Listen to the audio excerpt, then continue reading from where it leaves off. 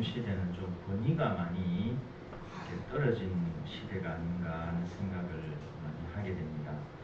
오늘날처럼 이렇게 권위가 많이 떨어진 시대를 보기가 참 어려운데, 특히나 국민들은 또 국가를 불신하고 정치인을 신뢰하지 못하고, 나아가서 이제는 그 제도 자체에 대한 회의까지도 깊어지는 그런 시대를 우리가 살아가고 있는 것 같습니다. 또 반대로 보면 어떤 사람은 국가를 절대시하기도 합니다. 그래서 그런 시대 속에서 오늘 바울 사도께서 우리에게 던지고 있는 이 말씀은 아주 놀라운 말씀입니다. 그래서 제가 열왕기상 부분을 이렇게 같이 이렇게 했지만 로마서 부분이 먼저 말씀이 언급되는 것이 좋겠구나 해서 제목은 그대로입니다만 오늘 로마서로 말씀을 전가하고자 합니다. 바울 사도가 이렇게 말합니다. 각 사람은 위에 있는 권세들에게 복종하라라고 로마서를 기록하고 있는 것을 보게 됩니다. 그런데 이 말씀을 자세히 우리가 되씹어보면, 되새겨보면 바울이 살아가던 당시에 로마가 가장 정의로운 나라였기 때문에 그러면 이렇게 기록한 것일까 생각해보면 그게 아니라는 것은 우리 성도님들이 아마 잘 아실 겁니다. 그렇죠? 오히려 당시 로마는 우상을 숭배했고 또 황제를 신격화해서 그 황제를 신이다 이렇게 하면서 섬겼기 때문에 그런 로마 제국이라면 오히려 하나님의 뜻, 하나님의 말씀과는 오히려 이렇게 대치가 되는, 이렇게 반대가 되는 그런 상황에서 오늘 이 말씀을 기록했다는 것입니다. 그러면 그런 하나님의 뜻과는 상반되고 거역하는 시대와 그 국가에서 바울 사도가 이 말씀을 기록했다는 것은 우리가 이 말씀을 문자 그대로 그냥 그러니까 글자 그대로만 그냥 단순하게 받아들일 것이 아니라 과연 여기에 새겨진 의미가 무엇인가를 우리는 고민하지 않을 수가 없다는 것입니다. 자, 다시 이제 여러분이 헷갈리실까봐 잘 생각해 보십시오. 자, 바울이 위에 있는 권세에 굴복하라, 복종하라 이렇게 말씀을 했습니다. 그런데 그 시대는 하나님을 대적하는 우상 숭배와 오히려 내가 신이다라고 하는 황제의 신격화가 이루어지던 시대였습니다. 그 시대에 바울이 권세에 굴복하라, 복종하라라고 하는 말씀 이해가 되십니까, 여러분? 평소에 그냥 생각 없이 읽으셨습니까? 그러면 항상 우리가 이제 말씀을 읽을 때 이 말씀은 뭐지? 하면서 항상 읽어야 됩니다. 그리고 저는 자금의 어떤 이런 여러 정치, 경제, 사회문화 전반에 대한 현상들을 보면서 나이가 제가 그렇게 많은 것도 아닌데도 불구하고 요즘 시대가 참 그리스도인으로서 이렇게 생각을 하고 살아가는 부분에 있어서 굉장히 헷갈리고 힘든 시대를 살고 있구나 라는 생각을 지울 수가 없습니다. 여러분은 어떠세요?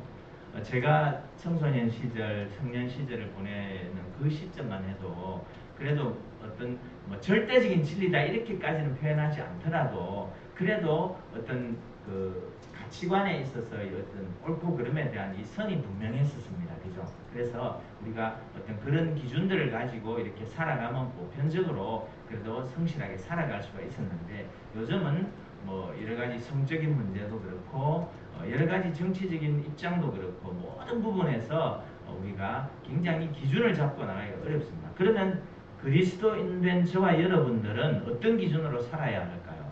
그것은 바로 하나님의 말씀입니다. 그런데 그 하나님의 말씀이 오늘 여전히 우리를 요즘 애들 말 헷갈리제이션하게 만드는 상황입니다. 바울 사도는 왜 이 말씀을 하고 있는 걸까? 왜 우상 숭배가 난무하고 황제가 자기를 신격화하는 그 시대에 위에 있는 권세에 복종하라고 했을까? 여러분 고민하고 우리가 성경을 읽어야 한다는 것입니다. 자, 그러면 바울이 무엇을 말하고 있느냐? 오늘 본문은 국가를 높이는 말씀이 아니라 국가 위에 계신 하나님의 말씀을 선포하고 있는 것이라는 것을 생각하셔야 한다는 것입니다. 여러분 1절에 이렇게 시작합니다. 각 사람은 위에 있는 권세들에게 복종하라. 권세는 하나님으로부터 나지 않음이 없나니라고 이렇게 서두를 시작을 합니다. 오늘 본문은 바로 성경에서 가장 오해받는 많은 여러 본문들 중에 하나입니다. 그래서 어떤 사람은 이 말씀을 읽고 이렇게 말합니다. 성경은 무조건 정부에 복종하라고 말한다. 이렇게 말합니다. 반대로 어떤 사람은 이렇게 말합니다. 이 말씀은 로마 시대 때만 해당되는 이야기다. 뭐 이렇게 말합니다. 근데 바울 사도는 그 어느 쪽도 딱 찍어서 말하고 있지 않는 것을 보게 됩니다. 자, 그러면 우리는 먼저 바울이 무엇을 말하려고 하는지 그 의도를 귀를 기울여 봐야 합니다. 자, 본문의 첫 문장은 복종하라 라는 명령으로 시작을 하지만 바울이 정말 강조하는 것은 뭐냐면 복종 자체가 아니라는 것입니다. 바울이 계속해서 반복하는 단어는 뭐냐면 하나님입니다. 뭐라고요? 하나님. 자, 그래서 1절을 다시 보면 권세는 하나님으로부터 나지 않음이 없나니 이렇게 표현합니다. 그리고 이어서 말합니다. 하나님께서 정하신 바라 이렇게 말씀합니다. 자, 바울은 국가를 높이려는 것이 아니라 모든 권세, 권력의 근원이 하나님이심을 선포하고 있는 것입니다. 맞습니까, 여러분? 그렇습니다. 바울은 국가를 높이는 것이 아니라 그 권세의 근본이 하나님이시라는 사실을 선포하고 있다는 사실입니다. 자, 우리는 죄로 인해서 굉장히 혼란스러운 세상을 우리가 살아가고 있습니다. 만일 아무런 권위도 없고 아무런 법도 없고 아무런 질서도 없다면 이 세상이 어떻게 되겠습니까? 강한 사람이 약한 사람을 마음껏 짓밟는 그런 세상이 될 것입니다. 힘 있는 사람이 정의를 대신하게 될 것입니다. 그래서 하나님께서는 인간 사회를 위해서 질서를 세우신 것입니다. 그래서 가정에는 부모의 권위를 주셨고 또 학교에는 선생님의 권위를 주셨고 교회는 영적 지도자를 통한 권위를 주셨고 사회는 국가의 권위를 허락해 주신 것입니다. 자, 이 모든 권세가, 이 모든 권위가 완전해서가 아니라 하나님께서 이 죄 많은 모순인 이 세상을 붙드시는 하나의 방법으로 일반 은총으로 이 질서를 주셨다는 사실입니다. 자, 그러므로 권위 자체를 미워하거나 무너뜨리는 것은 하나님의 질서를 아주 가볍게 여기는 일이 될 수 있다는 것입니다. 그래서 여기에서 우리는 반드시 균형을 잡아야 한다는 것입니다. 자, 바울은 권세는 하나님께로부터 왔다라고 했지 이 권세가 하나님이다라고 말씀하고 있지 않다는 사실입니다. 다시 한번요. 바울은 권세는 하나님께로 왔다라고 했지 권세 그 자체가 하나님이다라고 말하지 않았다는 것입니다. 이 차이는 매우 중요합니다. 여러분, 권세는 하나님에게서 위임받은 것이라는 것입니다. 그렇죠? 위임받았다는 것은 동시에 뭐가 있냐면 책임진다는 의미가 있습니다. 뭐라고요? 책임진다는 의미가 있다는 것입니다. 그래서 모두 하나님 앞에서 이전의 왕도, 오늘날의 대통령도, 판사도, 국회의원도, 공무원도 모두가 하나님 앞에서 자신의 권한을 어떻게 사용했는지에 대해서 책임을 져야 한다는 것입니다. 그래서 성경은 국가를 절대화하지 않습니다. 오히려 국가도 하나님의 심판 아래에 있는 존재라고 선언하고 있습니다. 그래서 구약의 선지자들은 끊임없이 왕들에게 하나님의 말씀을 전했습니다. 오늘날 정교 분리 이렇게 얘기하면서 이상하게 교회는 세상의 정치에 대해서 말하면 안 된다라는 이상한 의식이 있는데, 자, 구약의 역사를 한번 보면 나단 선지자는 다윗을 찾아가서 그 당시에 위대한 왕 다윗을 찾아가서 책망했습니다. 이런 엘리야는 제가 설교하려고 했던 열왕기상 21장에서 엘리야는 아합을 책망했습니다. 그리고 아모스는 북이스라엘의 죄악을 그 불의를 외쳤습니다. 그리고 신약 성경에 오면요, 세례요한은 헤롯 왕의 그 죄를 지적했습니다. 자, 그러면 이들이 당시의 국가를 무너뜨리려고 한 것일까요? 그것은 아니라는 것입니다. 오히려 왕도, 오늘날로 말하면 대통령도 하나님의 말씀 아래 있다는 사실을 선포하는 것입니다. 여러분, 그러므로 이 로마서 13장을 근거로 국가는 언제나 옳다고 말하는 것은 본문이 쓰여진 의도를 넘어서는 해석이라는 사실을 우리가 염두에 두어야 합니다. 자, 그렇다면 바울 사도는 왜 이런 말씀을 했을까요? 자, 우리는 로마서를 기억해야 됩니다. 자, 바울은 로마 제국 한복판에서 오늘 이 말씀을 기록했다는 사실입니다. 자, 그 당시에 로마 황제는 오늘날 대통령과는 비교할 수 없는 막강한 힘이었습니다. 스스로를 자칭 로드라고 했습니다. 주라고 불렀습니다. 스스로를 내가 너희들의 주다 이렇게 선언한 것이 당시의 황제였습니다. 그리고 황제 숭배가 강요되던 시대였습니다. 그런 시대에 바울은 감히 말합니다. 권세는 하나님께로부터 왔다. 이렇게 엄청난 선언을 하고 있는 것입니다.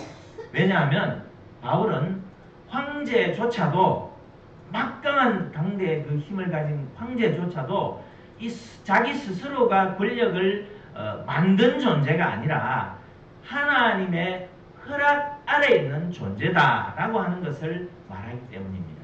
그래서 세상은 권력을 가진 사람이 역사를 움직인다고 그렇게 생각을 합니다.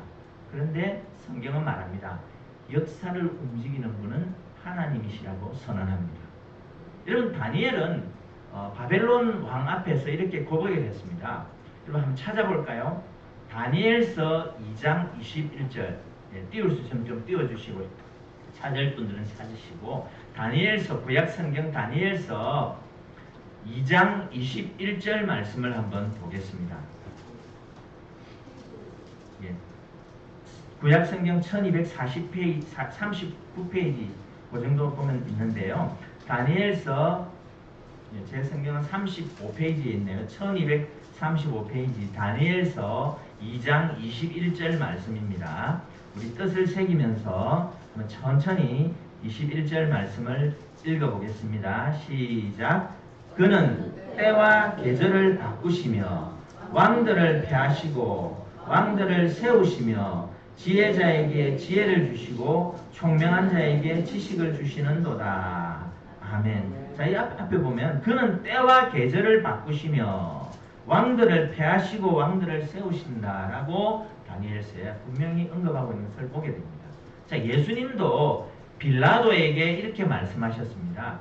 자신을 십자가에 넘겨줄 것을 아시고 예수님은 이렇게 선언을 하십니다. 요한복음 19장 11절이죠. 위에서 주지 아니하셨더라면 나를 해할 권한이 없었으리라. 이렇게 말씀합니다.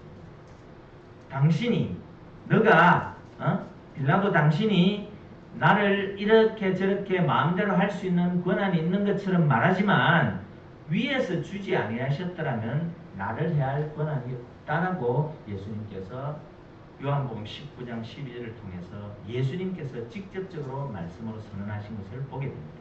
자, 빌라도의 권세도 하나님께서 허락하신 것이었다는 것입니다. 자, 그러면 오늘 우리의 삶에 우리가 한번 스스로 적용을 해봅시다. 우리의 권위는, 우리에게 주어진 우리의 권위는 우리는 어떻게 대하고 있습니까? 부모로서의 권위를, 또 직장에서의 권위를, 또 교회에서의 권위를, 국가의 권위를 우리가 혹시 무조건 거부하거나 조롱하는 그런 실태 속에 우리가 살아가고 있지는 않습니까? 오늘날 이 시대가 그런 부분이 가장 지금까지 살아왔던 지나온 시대 가운데서는 가장 팽배한 것 같아요. 국가를 조롱하거나 이렇게 무시하는 경우들이 너무 많은 것 같아요. 그래서 어쨌든 성경은 이 권위를 숭배하라고 하지 않습니다. 그러나 하나님께서 세우신 질서는 존중하라고 말씀합니다. 동시에 권위를 가진 사람에게 묻습니다. 너는 그 권세를 하나님의 뜻에 맞게 사용하고 있는가라고요. 그래서 이 말씀은 백성만 향한 말씀이 아니라 권세를 가진 사람을 향한 말씀이기도 하다는 것을 우리는 잊지 말아야 합니다. 자, 하나님이 내한테 권세 주셨으니까 내 거야가 아니라 하나님께서 주셨으니까 그분의 뜻을 살펴서 잘 사용해야 하는 것이구나 라고 권세를 대할 때 우리가 생각해야 된다는 것입니다. 여기서 우리는 한 가지 기억해야 되는 것은 우리 그리스도인이 순종하는 것은 두려움에서 나오는 복종이 아니라 믿음에서 나오는 순종이라는 사실을 우리가 기억해야 합니다. 우리는 국가가 완벽해서 완전해서 순종하는 것이 아닙니다. 우리는 하나님께서 역사를 다스리신다는 그 믿음 때문에 질서를 존중하는 것입니다.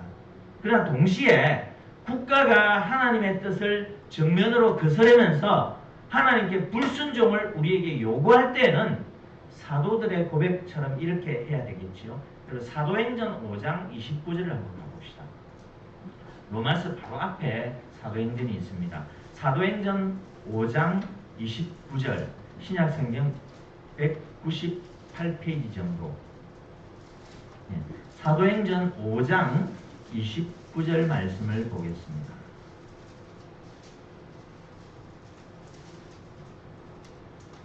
자, 5장 29절 같이 읽겠습니다. 시작. 베드로와 사도들이 대답하여 이르되 사람보다 하나님께 순종하는 것이 마땅하니라. 아멘. 여러분, 사도들은 하나님 앞에서 네 말 듣는 것이 하나님 말씀 듣는 것보다 옳은가 판단하라 이렇게 대꾸하는 장면들을 우리가 기억을 할 것입니다. 그래서 우리는 사람보다 하나님께 순종하는 것이 더 우선적이라는 사실을 그 원칙을 꼭 붙들어야 한다는 것입니다. 비록 하나님께서 권세를 통해 질서를 우리에게 주셨지만 그 질서가 하나님의 뜻에 명백하게 위배되고 위반되는 것을 우리에게 요구할 때는 우리는 답이 뭐냐? 하나님 앞에서 우리가 하나님 말씀 듣는 것과 네 말, 즉 하나님의 말씀을 배워가면서까지 우리에게 뭔가를 요구하는 그 말 듣는 것 중에 어느 것이 옳은가를 판단하라는 것입니다. 그것은 바로 하나님께 순종하는 것이 마땅하다는 오늘 사도행전 5장의 말씀을 우리가 대하게 됩니다. 그래서 이 로마서 13장의 말씀은 이 사도행전 5장과 모순되는 것이 아닙니다. 오히려 로마서 13장을 우리에게 던져주시면서 이 가장 큰 전제를 사도행전 5장에서 이미 우리에게 먼저 주고 계시다는 사실입니다. 모든 권세 위에 누가 계신다고요? 하나님이 계신다는 사실입니다. 그래서 이 사실을 분명하게 드러내주는 고백이 바로 이 사도행전 5장 말씀이라는 것입니다. 사랑하는 우리 성도 여러분, 오늘 바울이 우리에게 묻는 질문은 단순하지가 않습니다. 혹시 그냥 이거는 정부를 어떻게 생각하느냐 이 정도 질문이라고 간단하게 생각하는 문제가 아니라는 것입니다. 우리 자신을 향해서 당신은 정말 하나님께서 역사를 다스리신다는 것을 믿습니까? 라고 우리에게 질문하는 것과 동일한 질문입니다. 만약 하나님이 왕이시라면 정말 우리 인생의 왕이고 우리의 통치자가 되신다면 우리는 세상의 권세를 맹목적으로 숭배하지도 않고 무질서하게 거부하지도 않는다는 사실입니다. 그래서 우리는 권세 위에 계신 하나님을 바라보면서 살아가야 하는 백성이라는 사실입니다. 자, 그러면 여기서 중요한 것은 그럼 국가는 왜 존재하는가입니다. 많은 설교가 복종하라 해서 끝나지만 바울은 왜 하나님께서 국가를 세우셨는지를 설명하고 있다는 것입니다. 이 부분을 놓치면 우리는 로마서 13장은 단순히 율법적인 설교로 끝나고 만다는 사실입니다. 자, 하나님께서는 권세를 질서를 위해 세우셨다고 앞서 말씀드렸습니다. 자, 3절 오늘 본문 3절 이후에 이렇게 쭉 나가는 것을 보게 됩니다. 다스리는 자들은 선한 일에 대하여 두려움이 되지 않고 무엇에 된다고요? 악한 일에 대하여 된다라고 말씀합니다.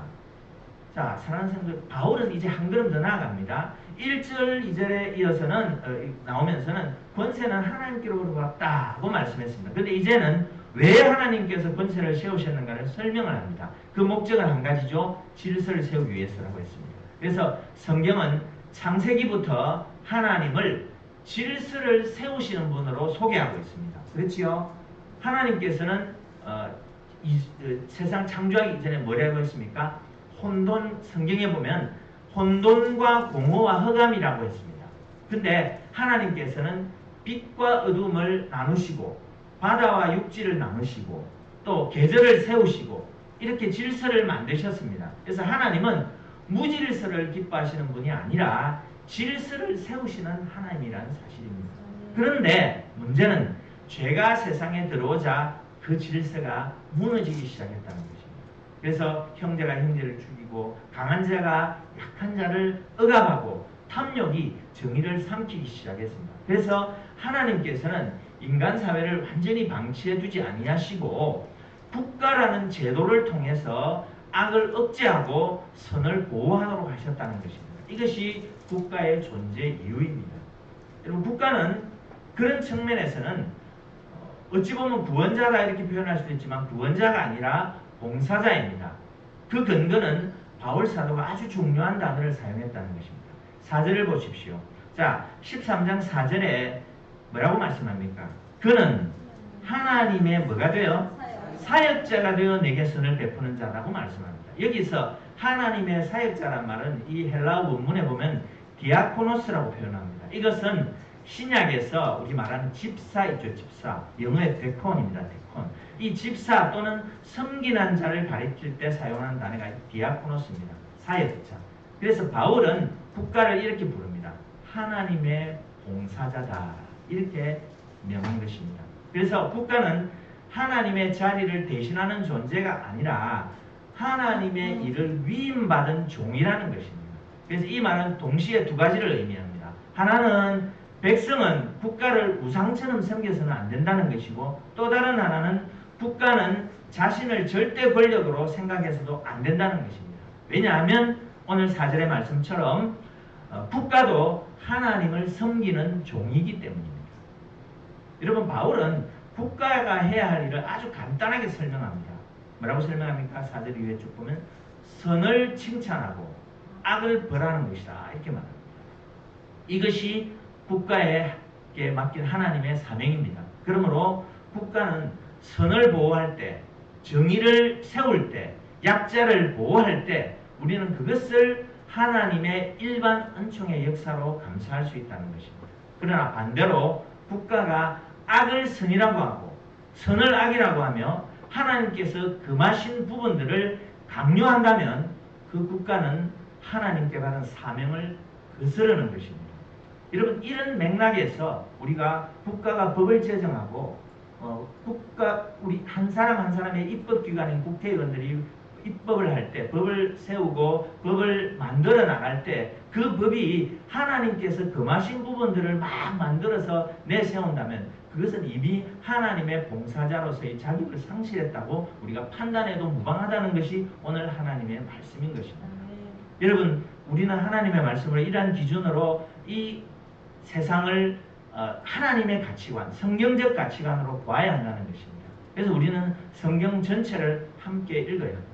자, 구약으로 가볼까요? 다니엘은 어땠습니까? 왕의 명령을 거절했습니다. 왜입니까? 왕이 하나님보다 높은 자리에 서리고 있기 때문입니다. 자, 사드락과 메삭과 아벳느고는 금신상 앞에 절하지 않았습니다. 그들은 그러면 왕을 반역한 것인가요? 왕을 반역한 것이 아닙니다. 하나님께만 예배드렸다는 것입니다. 여러분, 사도들도 공회 앞에서 말했습니다. 아까도 말씀드렸지만 사람보다 하나님께 순종하는 것이 마땅하니라 말씀했습니다. 그러면 그들은 로마서 13장을 몰라서 그렇게 한 것일까요? 오히려 로마서 13장이 말하는 모든 권세는 하나님 아래에 있다는 사실을 가장 분명하게 실천한 것입니다. 그래서 국가는 하나님께 순종할 때 권위를 가집니다. 국가가 하나님의 자리를 차지하려고 하면 교회는 정중하지만 분명하게 하나님께 순종해야 합니다. 자, 다시 구약으로 돌아가 보면요. 앞서 말씀드렸습니다만 나단은 아합을 찾아갔습니다. 당시에 스슬프른 권세자, 권력자 아합을 찾아갔습니다. 이사야는 우시아 시대를 향해서 외쳤습니다. 그리고 아모스는 북이스라엘의 죄를 불의를 책망했습니다. 세례요한 역시 헤롯 왕의 죄를 지적했죠. 여러분, 이들의 공통점은 뭡니까? 왕권을 빼앗으려고 하지 않았다는 것입니다. 혁명을 일으키려고 한 것도 아니라는 것입니다. 정당을 만들려고 한 것도 아니라는 것입니다. 다만 당신도 하나님의 왕이지만 왕인 당신도 하나님의 말씀 아래에 있다는 사실을 선포했던 것입니다. 그러므로 교회가 하나님의 말씀을 따라 국가의 죄를 지적하는 것은 정치 참여다라고 말하기 이전에 예언자적 사명이라는 것입니다. 뭐라고요? 예언자적 사명이라는 것입니다. 그러나 그 책망은 언제나 하나님의 말씀에 근거해야지 어떤 특정 정파의 이해관계에 근거해서는 안 된다는 것입니다. 이 점에서 교회는 매우 신중해야 합니다. 그래서 오늘 우리는 어떤 세상을 살아가고 있습니까? 권위를 무시하는 문화가 있습니다. 반대로 권력을 우상처럼 막 떠받드는 이런 문화도 역시 공존하고 있습니다. 성경은 그 어느 쪽도 선택하지 않습니다. 성경은 말합니다. 권세는 존중하라. 그러나 권세를 숭배하지는 말라고 말씀합니다. 왜냐하면 우리가 경배하는 그 대상은 국가가 아니라 뭐라고요? 하나님이시기 때문입니다. 국가는 절대 하나님의 자리를 대신할 수가 없습니다. 교회도 국가의 자리를 대신할 수 없습니다. 둘 다 하나님 아래에 있는 것입니다. 사랑하는 성도 여러분, 우리가 국가를 존중하는 이유는 국가가 완전하기 때문이 아닙니다. 하나님께서 질서를 사랑하시기 때문입니다. 그리고 우리가 국가를 절대화하지 않는 이유도 역설적으로 하나님만이 절대적인 주권자이시기 때문입니다. 자, 그러므로 성도는 권위를 존중하면서도 양심을 하나님께 맡기고 언제나 하나님의 말씀을 가장 높은 기준으로 삼아서 살아가는 사람이라는 사실을 기억하시는 저와 여러분 되시기를 바랍니다. 자, 그러면서 6절, 7절 오면서 바울은 마지막으로 매우 현실적인 이야기를 합니다. 무슨 부분에? 세금 부분에 대한 얘기를 합니다. 아주 현실적인 부분이죠. 세금을 말합니다. 존경을 말합니다. 공경을 말합니다. 왜 갑자기 이런 얘기를 할까요? 보통 우리가 이 세금을 낸다 하면 내는 이유를 보통 우리가 법 때문이라고 생각하는 사람들이 많습니다. 법에 그렇게 안 했으면 안 낼 건데라고 합니다. 그러니까 좀 바꾸어서 표현하자면 벌금이 무서워서, 처벌이 두려워서라고 할 수 있겠죠. 근데 바울은 전혀 다른 이유를 말합니다. 이로 말미암음이라. 무엇 때문입니까? 하나님께서 세우신 질서라는 것 때문이라는 사실입니다. 자, 5절을 다시 한번 보면 이런 말씀을 합니다. 그러므로 복종하지 아니할 수 없으니 뭐 때문에 할 것이 아니라고요? 진노 때문에 할 것이 아니라 뭘 따라 한다고요? 예, 양심을 따라 하는 것이다 라고 말씀합니다. 여기서 바울은 그리스도인의 삶과 세상의 삶을 구별합니다. 자, 세상 사람은 처벌이 두려워서 무서워서 법을 지킨다는 것이죠. 그러나 그리스도인은 양심 때문에 법을 지켜야 한다는 것입니다. 왜냐하면 우리의 양심은 누구 앞에 있기 때문에요? 하나님 앞에 있기 때문입니다. 그래서 우리는 하나님 앞에서 살아가는 사람입니다. 믿습니까? 코람데오, 하나님 앞에서. 저와 여러분은 하나님 앞에서 살아가는 사람입니다. 이것이 우리 그리스도인의 아주 뛰어난 특징입니다. 사람이 보든 보지 않든 뭐 세무조사가 있든 없든 감시가 있든 없든 그리스도인은 하나님께서 보신다는 사실을 압니다. 그래서 정직해야 하고요. 그래서 세금을 속이지 않으려 해야 되고요. 맡겨진 책임을 성실히 감당해야만 합니다. 이것은 국가 때문이 아니라 누구 때문이라고요? 하나님 때문이라는 것입니다. 그러면서 바울은 존경이라는 단어까지 말합니다. 모든 자에게 줄 것을 주되라고 말합니다. 그리고 공경할 자를 공경하라고 말합니다. 여기서 공경은 권력을 숭배하라는 뜻이 아닙니다. 직분을 존중하라는 것입니다. 예를 들어서 자, 우리가 부모님을 완전해서 공경합니까? 그건 아니죠. 물론 부모님께서 우리를 낳으시고 기르신 그런 노고, 그 은혜를 생각하면 감사한 건 분명합니다. 그러나 부모님도 완전하지는 않으시잖아요. 그렇지만 공경하라는 것입니다. 왜냐? 하나님께서 부모의 자리로 세워주셨기 때문에 공경하라는 것입니다. 마찬가지입니다. 직분을 존중하는 것은 그 직분을 세우신 하나님을 존중하는 것입니다. 여기서 반드시 한 가지를 분명히 해야 됩니다. 어떤 분은 이 말씀을 듣고 이렇게 생각할 수 있습니다. 그럼 무조건 순종해야 합니까? 근데 성경은 그렇게 말하지 않습니다. 왜냐하면 성경은 성경과 모순될 수 있기 때문입니다. 자, 바울 자신도 황제를 향해서 가이사가 주님입니다 이렇게 말하지 않았어요. 오히려 그는 목숨을 걸고 뭐라고 했습니까? 예수 그리스도만이 주님이십니다 이렇게 얘기했습니다. 그 한 문장 때문에 바울 사도는 감옥을 갔고 결국 순교하게 되었습니다. 자, 그러므로 로마서 13장은 맹목적인 복종을 가르치는 문장이 아니라 하나님의 질서를 존중하되 하나님을 대신하려는 권세에는 순종하지 않는 것입니다. 자, 바울은 빌립보서에 이렇게 말합니다. 우리의 시민권은 하늘에 있는지라 이렇게 말씀했습니다. 자, 우리는 대한민국 국민이기 이전에 하나님 나라의 백성입니다. 이것이 우리의 정체성입니다. 그러므로 좋은 시민이 됩니다. 그러나 국가보다 하나님을 더 우선시해야 되는 것이 우리의 모습이라는 것이죠. 그래서 국가보다 하나님의 나라를 더 사랑해야 합니다. 국가를 위해서 기도합니다. 그러나 국가를 우상으로 만들지는 않습니다. 나라를 사랑합니다. 그러나 예수님보다 나라를 더 사랑하지는 않아야 한다는 것입니다. 이 균형이 우리 그리스도인들의 균형입니다. 되게 교회를 쉽게 떠나거나 다른 교회를 떠나면서 이제 교회를 향해서 비난을 하는 이런 경우들은 이 예수 그리스도에 대한 이 신앙관이 명확하지 않아서 그렇습니다.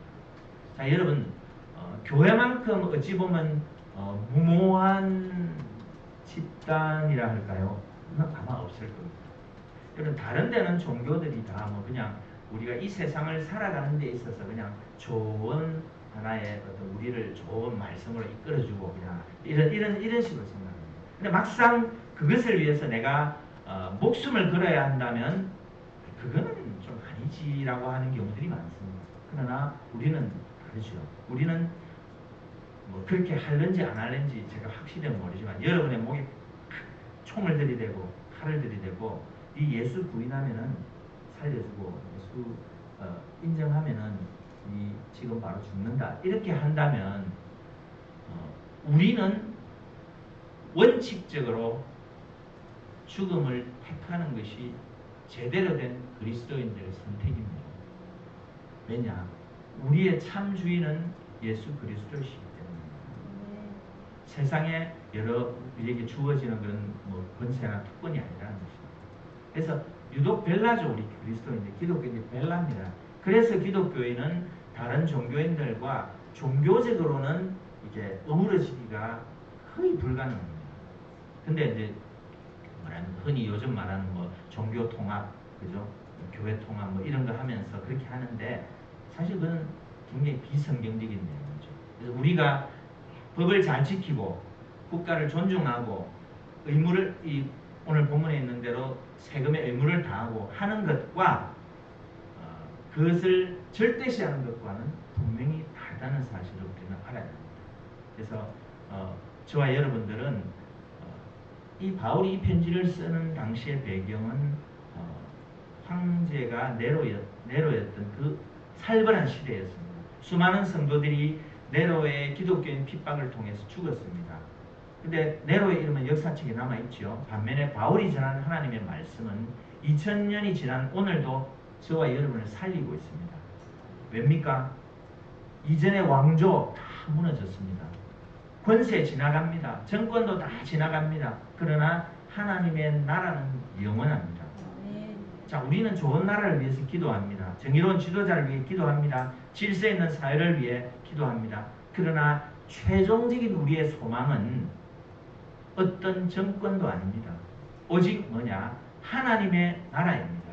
그래서 우리는 기도하되 우리나라가 좋은 나라가 되고 정권이 좋은 정권이 되고 하나님 기뻐하시는 이걸 위해 기도하지만 궁극적으로 우리는 죄성을 가지고 있기 때문에 죄인이기 때문에 이상하게 그렇게 흘러가게 되어 있습니다.